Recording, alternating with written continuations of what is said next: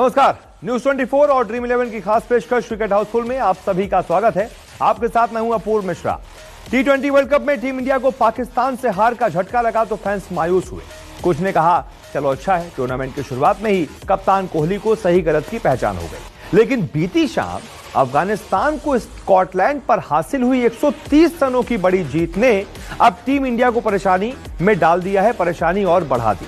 अब सेमीफाइनल के सफर में उसका हर मैच आर पार की लड़ाई बन सकता है। शो में आज बात करेंगे T20 वर्ल्ड कप में टीम इंडिया की इसी आफत की। बात करेंगे वर्ल्ड कप में अब से थोड़ी देर में शुरू होने जा रहे ग्रुप 1 के मैच की, जहां साउथ अफ्रीका और डिफेंडिंग चैंपियन वेस्ट इंडीज आमने सामने होंगे। इस मुकाबले के लिए ड्रीम 11 टीम बनाने से जुड़ी एक्सपर्ट एडवाइस और हमारे एक्सपर्ट्स की बनाई गई ड्रीम 11 टीम भी आपको दिखाएंगे। और साथ ही साथ आज हमारे जो एक्सपर्ट पैनल में कुछ ही देर में हमारे साथ गेस्ट जुड़ेंगे, हम आपको उनसे भी इंट्रोड्यूस करवाएंगे। और साथ ही साथ आज के मैच पर भी बात करेंगे कि आज का मैच किसका किसका है, टीम इंडिया को अब करना क्या होगा, टीम इंडिया के सामने चुनौती क्या क्या है। और साथ ही साथ हम आपको यह भी बताएंगे कि बदलाव जिसकी हम बात कर रहे हैं, जिसकी जरूरत है, चाहे वो हार्दिक पांड्या की हो गई, चाहे वो शार्दुल ठाकुर की हो गई, या फिर भुवनेश्वर कुमार या वरुण चक्रवर्ती, ईशान किशन, इस पर भी आराम से बात करेंगे। और साथ ही साथ पॉइंट्स टेबल में अफगानिस्तान ने कितना बड़ा उलटफेर कर दिया है, हम आपको ये भी बताएंगे। और हमारे साथ आज कुछ ही देर में जुड़ जाएंगे टीम इंडिया के पूर्व स्पिनर और साथ ही साथ सेलेक्टर रहे शरणदीप सिंह, और हमारे साथ आज जुड़ेंगे टीम इंडिया के पूर्व तेज गेंदबाज वीआरबी सिंह। कुछ ही देर में दोनों जुड़ जाएंगे, फिर आपको उनसे भी मिलवाएंगे। तो क्रिकेट हाउसफुल में टीम इंडिया के मिशन वर्ल्ड कप की बात करें अगर, तो उससे पहले आपको दिखाते हैं वर्ल्ड कप में अब तक ग्रुप 2 में पॉइंट्स टेबल की तस्वीर कैसी है, कौन किस नंबर पर है और अफगानिस्तान ने कैसे इसमें बड़ा उलटफेर कर दिया। ये देखिए, अफगानिस्तान पॉइंट्स टेबल में फिलहाल नंबर 1 पर है। उसका नेट रन रेट देखिए +6.500। दूसरे नंबर पर पाकिस्तान की टीम है जिसने एक मैच में एक जीत दर्ज की है, 2 पॉइंट्स उसके भी हैं, लेकिन नेट रन रेट में वो अफगानिस्तान से बहुत पीछे है, +0.973। और तीसरे नंबर पर नामीबिया है जिसका नेट रन रेट 0-0 है, इसी वजह से नेट रन रेट के हिसाब से वो तीसरे नंबर पर है। न्यूजीलैंड चौथे पे, टीम इंडिया 5वें पर है और स्कॉटलैंड 6ठे नंबर पर है। ये फिलहाल पॉइंट्स टेबल है जिसमें अफगानिस्तान ने कल स्कॉटलैंड पर बड़ी जीत दर्ज करके बड़ा रोमांचक कर दिया है इस पॉइंट्स टेबल को। अफगानिस्तान ने शानदार जीत दर्ज की, 190 के आसपास रन बनाए और उसके बाद तूफान आया मुजीबुर रहमान और राशिद खान का। राशिद खान और मुजीबुर रहमान दोनों का तूफान, जिसमें स्कॉटलैंड उड़ गया। तो चलिए आपको दिखाते हैं टीम इंडिया के जो सभी खिलाड़ी हैं उनमें क्या क्या वर्ल्ड कप के ग्रुप 2 यानी कि मौजूदा स्थिति को देखते हुए हालात कल शाम जो खेले गए स्कॉटलैंड अफगानिस्तान के मैच के बाद थोड़े से बदले बदले नजर आ रहे हैं। वैसे तो पाकिस्तान ने भी भारत को 10 विकेट से हराया था, लेकिन अपने मैच में जीत के बाद अफगानिस्तान इस ग्रुप में अभी टॉप पर पहुंच गई है। अफगानिस्तान की टीम टॉप पर पहुंच गई है। एक मैच में मिली हार से वर्ल्ड कप में एक तरीके से हाहाकार मच गया है। कम से कम टीम इंडिया के फैंस के नजरिए से ऐसा कहा जा सकता है, क्योंकि अब वर्ल्ड कप सेमीफाइनल का सफर और भी मुश्किल हो गया है। कप्तान कोहली जानते हैं कि अगर उन्हें किस्मत भरोसे नहीं रहना तो सेमीफाइनल खेलने के लिए पूल में बकाया हर मैच जीतना होगा। और इस नए सफर की शुरुआत होगी रविवार को न्यूजीलैंड के खिलाफ मैच से, जहां उम्मीद है कि प्लेइंग 11 में कई बदलाव देख सकते हैं।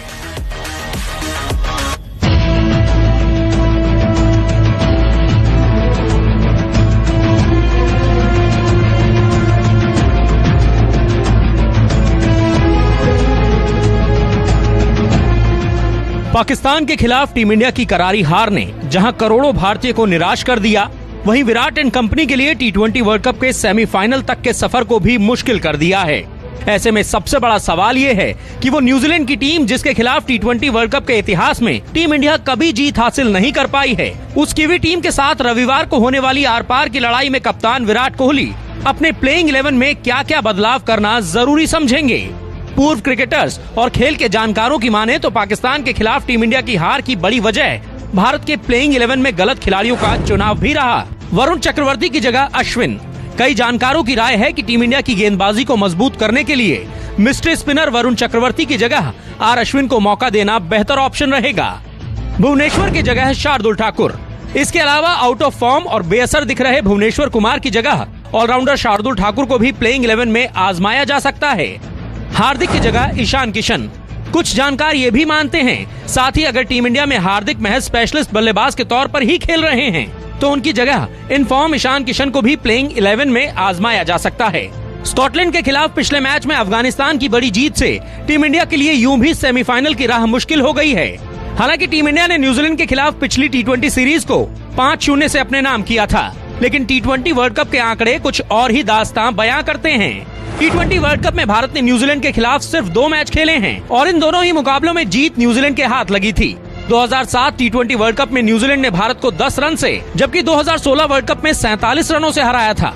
हालांकि ओवरऑल रिकॉर्ड देखा जाए तो T20 क्रिकेट के इतिहास में टीम इंडिया और न्यूजीलैंड के बीच टक्कर बराबरी की दिखती है, क्योंकि यहाँ दोनों टीमों के बीच खेले गए 17 मैचों में बाजी दोनों ही टीमों के हाथ 8-8 जीत के साथ ये दोनों ही टीमें बराबरी पर रही हैं, जबकि एक मैच बेनतीजा रहा है। फटाफट क्रिकेट की बादशाहत के सफर में पाकिस्तान से लगे बड़े झटके से उबरने के लिए अब टीम इंडिया को भी वापसी करनी होगी।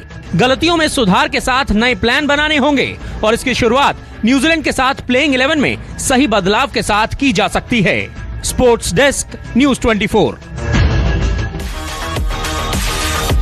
तो बदलाव तो करने ही पड़ेंगे, लेकिन ये बदलाव कौन कौन से होंगे, कितने बदलाव टीम इंडिया कर सकती है, इस पर एक्सपर्ट्स और ज्यादा बेहतर बता पाएंगे। हमारे साथ संदीप पाजी और साथ ही साथ बीआरबी पाजी दोनों जुड़ गए हैं। बहुत स्वागत है आप दोनों का। संदीप पाजी, पहला सवाल आप ही से कि अफगानिस्तान ने तो भाई मुश्किलें और बढ़ा दी हैं टीम इंडिया की। पहले क्या था कि हम सोच रहे थे कि चलिए 4 मैच बाकी हैं, जीत जाएंगे तो सेमीफाइनल की राह आसान हो जाएगी, लेकिन अफगानिस्तान ने टेंशन और बढ़ा दी है कि न सिर्फ जीतना होगा बल्कि हर टीम के खिलाफ बेहतर रन रेट से भी जीतना होगा, कि गलती से एक हार भी हो जाती है तो दिक्कत हो जाएगी टीम इंडिया को। बिल्कुल डेफिनेटली। देखिए, लेकिन जो मैच उन्होंने जीता अफगानिस्तान में स्कॉटलैंड के सामने था, वो ऐसी चीजें बार बार नहीं होगी। 55-60 पे कोई टीमें आउट नहीं होने वाली ऐसी। हाँ, लेकिन जहां हम भारत की बात करते हैं, डेफिनेटली जो न्यूजीलैंड के सामने है वो तो डू और डाई ही मैच उनके लिए। अगर वो भगवान ना करे अगर मैच थोड़ा सा ऊपर नीचे हो, अगर मैच नहीं जीत पाते तो फिर कंपटीशन से वैसे ही बाहर हो जाते हैं, क्योंकि फिर उसके बाद पाकिस्तान, न्यूजीलैंड, मुझे नहीं लगता कि अफगानिस्तान या स्कॉटलैंड ऐसी टीमों से हारेंगे। तो अगले मैच में भारत को अपनी टीम को जो प्लेइंग 11 है उसको बड़ी ध्यान से और देखकर चुनना पड़ेगा, क्योंकि न्यूजीलैंड ने हमेशा ही देखा जाता है कि वर्ल्ड कप मैचेस में भारत पे भारी पड़ती है। और ये फॉर्मेट ऐसा है कि मैं हमेशा कहता हूँ उसमें कोई बड़ा छोटा नहीं होता। अपने दिन पे जो अच्छा खेला वो आपको गेम से बाहर कर देगा। तो आपके मुताबिक क्या क्या बदलाव होने चाहिए? मेरे हिसाब से सबसे पहला अगर बदलाव देखा जा सकता है तो हार्दिक पांड्या। मैं हमेशा पहले दिन से ही, अगर वो गेंदबाजी नहीं कर रहे हैं तो वो एज ए बैट्समैन टीम में नहीं पड़े। नंबर 7 पे कौन सा बैट्समैन आपके लिए बल्लेबाजी करना आता है? आप अगर उसको खिलाना चाहते हैं तो नंबर 3 पे भेजिए कि जाके प्रेशर उतारे, उसको मारे, ऊपर से बॉलिंग को, अटैक को तोड़े जाके। लेकिन पाजी, हार्दिक पांड्या की रिपोर्ट फिर से आई है कि वो पूरी तरीके से फिट हो गए हैं। ऐसे में आपको लगता है कि रिपोर्ट भी दे दी गई है कि पूरी तरीके से फिट है, उसके बावजूद उनको बाहर बैठाया जाएगा? बिल्कुल बिठाना पड़ेगा, क्योंकि 1.5-2 साल से तो परफॉर्मेंस है ही नहीं ना। आप बार बार हार नहीं सकते ना। नंबर 7 पे कितनी बल्लेबाजी आएगी? 3 ओवर 4 ओवर 24 बॉलों में से कितने बॉल खेलेगा? 10 या 12? आप ये एक्सपेक्ट कर रहे हैं कि 10-12 बॉलों में कुछ 35 या 40 रन थोड़ा बाहर देगा आपके लिए? अगर वो एक्सपेक्टेशन तब हो सकती है कि 1.5-2 साल से रन बना रहा हो, आईपीएल में जबरदस्त फॉर्म में, प्रैक्टिस मैच में दिख रहा हो कि भाई छक्के मार रहा है, इसके तो बल्ले निकल रहा है स्टेडियम के बाहर, तब आप उस खेल सकते हैं। और लेकिन उसको खिलाने से उसके बाद क्या होता है? अगर आप हार्दिक को बैट्समैन खिलाते हो तो क्या सूर्य कुमार यादव गलत आपकी सिलेक्शन हुई है? श्रेयस अय्यर गलत सेलेक्ट किया आपने as a batsman? Ishan Kishan as a batsman आपने गलत सिलेक्शन की है। वो प्लेयर जो एज ए बैट्समैन सेलेक्ट हुए उनको क्यों नहीं मौका दिया जा रहा? हालांकि प्रैक्टिस मैच में जो ईशान किशन ने करके दिखाया तो लेफ्टी आपके लिए अच्छा बैटिंग में राइटी लेफ्टी का कॉम्बिनेशन लेके आता आपके लिए, तो अब उसको क्यों नहीं चांस देना चाहते? बिल्कुल ठीक कह रहे हैं। और बीआरबी पाजी, आप तो बॉलर रहे हैं, बखूबी जानते हैं कि ट्रेंट बोल्ट उधर होंगे, हमारे सामने अगर हमने तीनों राइटी पहले ही उतार दिए तो भाई ट्रेंट बोल्ट की अंदर आती गेंदें हमेशा ही परेशान करती हैं किसी भी लेफ्ट आर्म पेसर की, जैसे शाहीन अफरीदी ने किया। अब तो रोहित और राहुल दोनों 7-7 बार आउट हो चुके हैं और कोहली 11 बार आउट हो चुके हैं T20 में लेफ्ट आर्म पेसर्स के आड़ा। तो हमने जो साइड में हम एक प्लेइंग 11 भी चला रहे हैं, संभावित प्लेइंग 11, उसमें ईशान किशन को भी हमने रखा है, हार्दिक पांड्या को बाहर किया है, अश्विन को रखा है और शार्दुल ठाकुर को रखा है। तो क्या आप इससे सहमत हैं? जी, पहले मैं लेफ्ट हैंडर्स की बात जरूर करूंगा। अभी की बात नहीं, मोहम्मद आमिर से ट्रेंट बोल्ट से जितने भी आईसीसी के टूर्नामेंट पास्ट में हुए, देखिए पिछले 4-5 साल से तंग कर रहे हैं हमारे बल्लेबाजों को। कहीं ना कहीं उनके लिए थोड़ा सा टेक्निक में सेटल मैनेजमेंट करनी पड़ेगी। और साथ ही साथ देखिए, अगर आपको पता है कि दूसरा गेंदबाज वर्ल्ड क्लास बॉलर है, थोड़ा सा उसको उसको पास ऑन करिए, उसको थोड़ा रिस्पेक्ट दीजिए, क्योंकि उसके बाद अगर आप सेट हो जाएंगे, जैसे पाकिस्तान ने क्या किया, इनिशियली थोड़ा आराम से खेले, बाद में अटैक ऐसा किया कि भारत फिर संभल नहीं पाया। तो इसी तरीके से वो रिस्पॉन्सिबिलिटी लेनी पड़ेगी, चाहे KL है चाहे रोहित है। और लेफ्ट हैंडर्स का ये भी बात होता है कि अगर वो आगे हैं तो आपको उनको सिर्फ अटैक ही करना है, आप उनको मनूवर करिए, सिंगल निकालिए और बाउंड्री वाली बॉल पे जरूर चौका मारने की कोशिश कीजिए। ठीक बात। जैसे सरन पाजी ने बात की, अब मैं एक बात इसमें जरूर ऐड करूंगा कि मेरे लिए हार्दिक पांड्या हमेशा बॉलिंग ऑलराउंडर ही थे।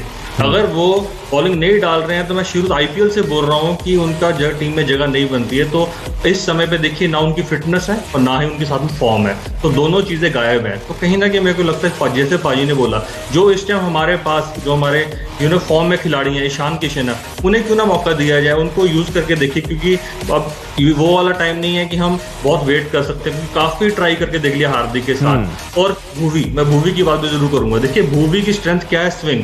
तो भुवी की वो स्ट्रेंथ स्विंग अभी खोई हुई है कुछ समय से। तो आप शार्दुल को मौका दीजिए। शार्दुल अभी बहुत बढ़िया CSK के लिए प्रदर्शन करके हैं, मैच जिता के हैं उनको। जो उनसे खिलाड़ी फॉर्म में हैं उन्हें उतारा जाए न्यूजीलैंड के विरुद्ध। तो मैं ये 2 चेंजेस जरूर देखना चाहता हूँ। हाँ, आपने जैसे चक्रवर्ती की बात की, अश्विन की बात की, अगर जैसे मैं न्यूजीलैंड की टीम देखी, उनके पास 2 लेफ्ट हैंडर हैं, तो अश्विन भी एक बड़ी ऑप्शन हो सकते हैं। बिल्कुल, यानी कि हम जो संभावित प्लेइंग 11 चला रहे हैं, आप पूरी तरीके से उससे सहमत हैं। अच्छा, स्टैट्स बड़े दिलचस्प हैं संदीप पाजी। टीम इंडिया वर्ल्ड कप में न्यूजीलैंड के खिलाफ अभी तक T20 वर्ल्ड कप में न्यूजीलैंड के खिलाफ एक भी मैच नहीं जीत पाई है। न्यूजीलैंड का 100% रिकॉर्ड है, 2 मैच खेले हैं, दोनों जीते हैं। लेकिन दूसरी तरफ अगर हेड टू हेड की बात करें तो टीम इंडिया 17 मैच में 8 मैच टीम इंडिया जीती है, 8 मैच न्यूजीलैंड जीती है। यहां पर एकदम टक्कर बराबर की है। ये एक अच्छा स्टैट है टीम इंडिया के लिए। लेकिन ये बड़ा डरावना है, T20 वर्ल्ड कप में 2 मैच खेले हैं और दोनों हम हारे हैं, 0% विन रेट, और दूसरी तरफ न्यूजीलैंड का 100% विन रेट। ये स्टैट कितना डराते हैं संदीप पाजी, और क्या इसको देखते हुए टीम इंडिया की स्ट्रैटेजी थोड़ी बदलेगी न्यूजीलैंड के खिलाफ? और ये जो हम बदलावों की बात कर रहे हैं, क्या ये होंगे? क्योंकि हम बात तो करते रहते हैं, हार्दिक पांड्या की भी हम बात लगातार कर रहे हैं, लेकिन कहां बदलाव हो रहा है? उनको तो लगातार खिलाया जा रहा है। नहीं, वही मैं कह रहा हूँ कि हार्दिक पांड्या आज की डेट में कि इस तरह से खिलाड़ी बन चुके हैं कि शायद अगर हम कहें कि हार्दिक को नहीं खिलाना, तो ऐसा लग रहा है, मुझे लगता है कि शायद भारतीय टीम खेलने ही ना उतरे हार्दिक के। बिल्कुल भी इतना नहीं। हाँ, ठीक है कि वो इतना क्या उसका हवा बना के रखा हुआ आपने, वो वीआरवी ने बिल्कुल ठीक लगा। वो फास्ट बॉलिंग ऑलराउंडर है आपके लिए। अगर वो आपके लिए गेंदबाजी नहीं करता, आपका रिदम ही, आपकी टीम लाइनअप ही खराब हो जाता है, आपकी टीम बन ही नहीं सकती, वो स्ट्रेटेजी ही नहीं तैयार होती उसके बिना। तो अभी ये थोड़ा कि बार बार अब विराट कोहली को बोले हम गेंदबाजी करने के लिए, तो मैं ये चीज जरूर देखना चाहूंगा कि वो नहीं खेल सकता। हाँ, जहां आपने स्टैट्स की बात की कि 2-0 है, ठीक है, वो तो अगर हमने भारत पाकिस्तान की भी देखा था तो भारत 12-0 से आगे था। तो ये वो ठीक है, स्टैट्स वो 5-0 था, बट अपने दिन के वो 5-0 था, सॉरी, वो 12 बार तो टोटल था, वो 5-0 था। हाँ। लेकिन वो मैं यही कहता हूँ अपने दिन के ऊपर अब भारत को वो जो हो गया निकल गया, सब ठीक है। प्लेइंग 11 में कोई गलती नहीं थी, ठीक है। वो एक गलती मुझे लगती है कि अगर आपके पास वहां शार्दुल खेल रहे होते, अगर आपने बल्लेबाज नहीं निकलना, तो आपके लिए एक बॉलिंग ऑप्शन बढ़ जाती, एक विकेटिंग बॉलिंग ऑप्शन, जो कि शार्दुल IPL में करते आ रहे हैं। जो प्लेयर अच्छी फॉर्म में जो प्रदर्शन कर रहे हैं, आप उनको खिलाइए। अब रेपुटेशन पे अगर जाते रहे तो फिर यही नतीजे निकलेंगे, उसके बाद कुछ नहीं होगा, मैच खत्म, फिर वो बयानबाजियां शुरू हो जाएंगी बार बार आपकी। तो अब वो जो मौका नहीं है भारत के पास बयानबाजी करने का, अगर करेंगे तो ऐसा आगे जाएंगे, नहीं करेंगे तो फिर मुश्किलें बहुत बड़ी बढ़ने वाली हैं आपकी। फिर पूरा वर्ल्ड कप जो अगले 3 मैच खेलने हैं वो भी मुश्किल हो जाएंगे खेलने आपके लिए। तो ये मैचेस जिनके आप जिक्र किया है, क्या क्या मैचेस हैं, पूरा एक बार शेड्यूल जरा देख लेते हैं। सफर कैसे कैसे होने वाला है टीम इंडिया का इस T20 वर्ल्ड कप में, उस पर जरा एक नजर डाल लेते हैं। 24 अक्टूबर को पाकिस्तान के खिलाफ मैच हो गया, टीम इंडिया हार गई। अब 31 अक्टूबर को न्यूजीलैंड के खिलाफ मैच है। इसके बाद 3 नवंबर को अफगानिस्तान के खिलाफ मैच है। 5 नवंबर को स्कॉटलैंड के खिलाफ मैच है। स्पेलिंग थोड़ी सी गलत हो गई है, SCOT LAND, और इसके अलावा 8 नवंबर को नामीबिया के खिलाफ हमें मैच खेलना है। ये हमारा सफर है, एक एक करके एक एक सीढ़ी चढ़ते जाना है। लेकिन इस सफर में जो सबसे मुश्किल है वो न्यूजीलैंड के खिलाफ वाला मैच है, जिसको हमें किसी भी कीमत पर जीतना होगा। तो VRB पाजी, रिकॉर्ड बड़े ध्वस्त हो रहे हैं, इस बार बहुत उलटफेर हो रहे हैं। इधर पाकिस्तान ने हमारे खिलाफ अजय रिकॉर्ड तोड़ डाला, उधर इंग्लैंड और वेस्ट इंडीज में जो मैच हुआ वहां पर भी एक बड़ा उलटफेर हो गया, इंग्लैंड ने वो अपना रिकॉर्ड तोड़ डाला। इसके अलावा अब जो इंडिया और न्यूजीलैंड का है, क्या उसको देखते हुए हम ये उम्मीद कर सकते हैं कि हमारे साथ भी वही होगा जो इन दोनों के साथ हुआ है? देखिए, जिस तरीके से भी आपने सब गिनाया, इस वर्ल्ड कप में जो परंपरा चल रही है, देखिए हमें ध्वस्त करना पड़ेगा और रिकॉर्ड भारत को ये जीतना पड़ेगा यहाँ पर, क्योंकि देखिए इंपॉर्टेंट गेम है भारत के लिए भी और इस पूल में बने रहने के लिए भी, अगर आगे क्वालिफाई होना है हमें तो सेमीफाइनल्स के लिए। तो और साथ ही साथ मैं एक चीज जरूर बोलूंगा, जिस तरीके से अफगानिस्तान भी खेले, उनका बॉलिंग अटैक बहुत अच्छा है, वो भी एक कड़ा मुकाबला होगा, चाहे वो अफगानिस्तान का भारत के साथ हो या न्यूजीलैंड और पाकिस्तान के साथ हो। मेरे को लगता है वो हमें इतना उन्हें कम नहीं आंकना चाहिए, क्योंकि आपको पता है कि जिस तरीके से आप खुद ही बात कर रहे हैं, रिकॉर्ड्स टूट रहे हैं, तो कहीं ना कहीं मेरे ख्याल से जिस तरीके से उन्होंने कल कन्विंसिंग जीते हैं वो, तो कहीं ना कहीं वो भी एक दावेदार तो नहीं मैं बोलता, पर फाइट बैक अच्छी देंगे वो भी काफी। ठीक है संदीप जी, भुवनेश्वर कुमार, इस गेंदबाज को क्या हो गया अचानक? और हमने उनको मौके भी दिए, लेकिन हमने पाकिस्तान के खिलाफ भी देखा, लगातार हम सवाल पूछ रहे थे कि वो भुवी नजर नहीं आ रहा है 2-3 साल पहले वाला। हुआ क्या है भुवी को, और क्या भुवी को चेंज किया जाएगा अब?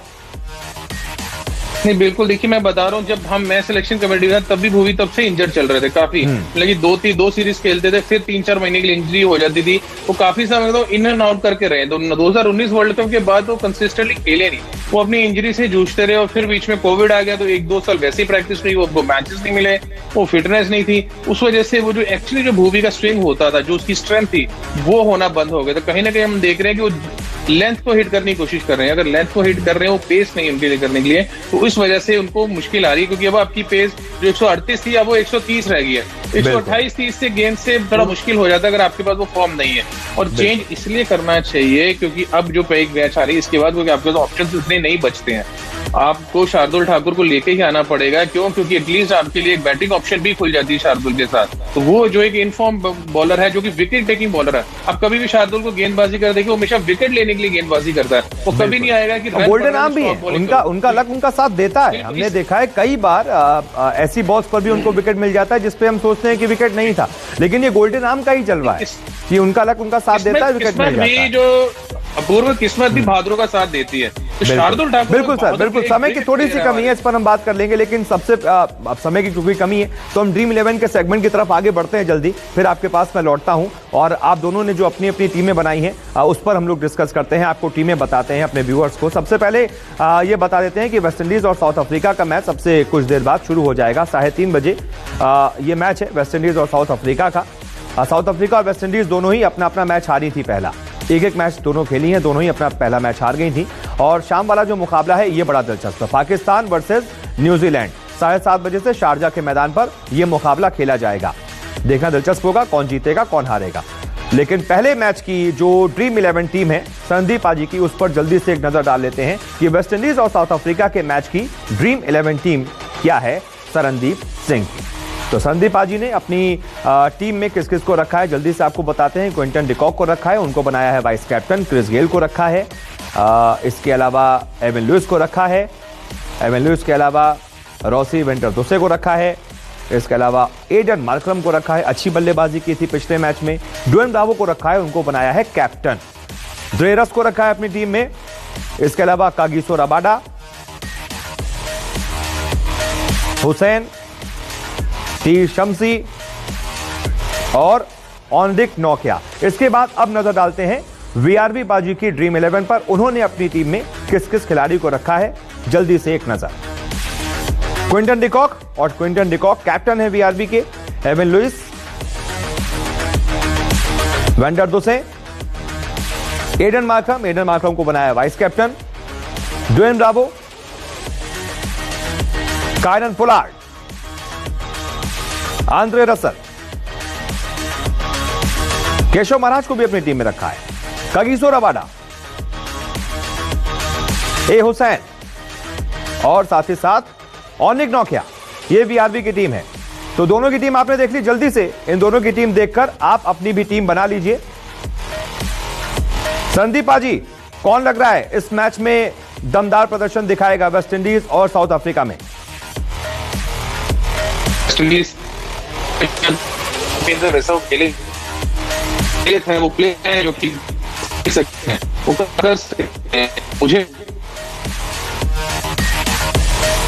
लेकिन उसके लिए जरूरी है इनके रन बनाने। देखा जिनके ओपनर रन टीम जो खड़ा कर दे, स्कोर कर दिया। कुछ दिक्कत आ रही है, आपकी आवाज में दिक्कत आ रही है संदीप पाजी। वीआरवी भाई, आपकी टीम, जहां तक संदीप पाजी से सुन पाया मैं, वेस्ट इंडीज उनकी फेवरेट है, आपकी?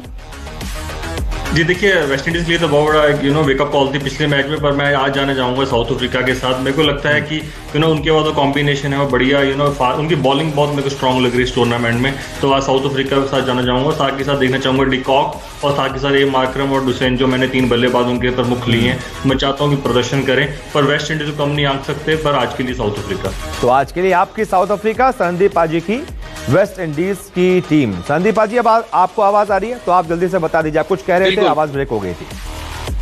नहीं बिल्कुल, देखिए मैं कह रहा था वेस्ट इंडीज 2 साल की चैंपियन टीम है। पिछले मैच में एक ऐसी अनहोनी हुई जिसको लगा नहीं, लेकिन बड़े प्लेयर है उनके पास, लेकिन जरूरी है कि उनके ओपनर्स रन बनाए, क्योंकि इस टूर्नामेंट में हमने देखा है कि जिनके ओपनर्स रन बनाते हैं वही टीम ज्यादातर मैच जीतती है और एक लंबा स्कोर खड़ा कर सकती है। तो वही आज वेस्ट इंडीज को करना पड़ेगा, अपनी रेपुटेशन के ऊपर खेलना पड़ेगा। 2 टाइम के विजेता हैं ये लोग। ठीक है, तो संदीप पाजी की वेस्ट इंडीज है और साथ ही साथ साउथ अफ्रीका है वीआरवी सिंह की। अच्छा वीआरवी भाई, वेस्ट इंडीज का जिस तरीके का प्रदर्शन पिछले मैच में रहा है, क्या उसको देखकर आप साउथ अफ्रीका को फेवरेट मान रहे हैं? देखिए, प्रदर्शन तो देखिए साउथ अफ्रीका में कुछ खास नहीं रहा था, हाँ, बट फिर भी मतलब वेस्ट इंडीज जैसा तो नहीं 54-55 नहीं 54-55 डेफिनेटली। अगर जिस तरीके की उन्होंने फॉर्म प्रैक्टिस मैचेस में दिखाई और पहले मैच में आपकी दिखाई, तो डाउट तो देखिए बनता ही है फिर। तो कहीं ना कि साउथ अफ्रीका बेटर लय में लग रही है। और साथ ही साथ साउथ अफ्रीका इसलिए बोलता हूँ कि मैं हमेशा बोलता हूँ कि T20 में आपका बॉलिंग यूनिट जितना स्ट्रांग होता है, आप कम से कम रन के टारगेट को डिफेंड कर पाते हैं। तो यही चीज है, साउथ अफ्रीका बहुत बेहतरीन गेंदबाज है और कहीं ना कहीं मेरे को लगता है कि क्रिस गेल को कहीं ना कहीं शॉर्ट, जिनके पास पेस होती है, शॉर्ट गेंदबाजी से दिक्कत होने लगी है एंड ऑफ हिज करियर। तो कहीं कहना लगता है कि ये इस कारण भी मेरा साउथ अफ्रीका आज मेरी फेवरेट है। ठीक है, चलिए, तो एक तरफ हो गई साउथ अफ्रीका और एक तरफ हो गई वेस्ट इंडीज। हमारे दोनों एक्सपर्ट्स ने एक टीम को चुना है। यहां पर तो 1-1 की बराबरी है, मैदान पर कौन बाजी मारेगा देखना बहुत दिलचस्प होगा। फिलहाल संदीप पाजी और साथ ही साथ वीआरवी पाजी, आप दोनों का ही बहुत बहुत शुक्रिया हमारे साथ जुड़ने के लिए और हमारे व्यूअर्स को अपनी एक्सपर्ट टीम बताने के लिए।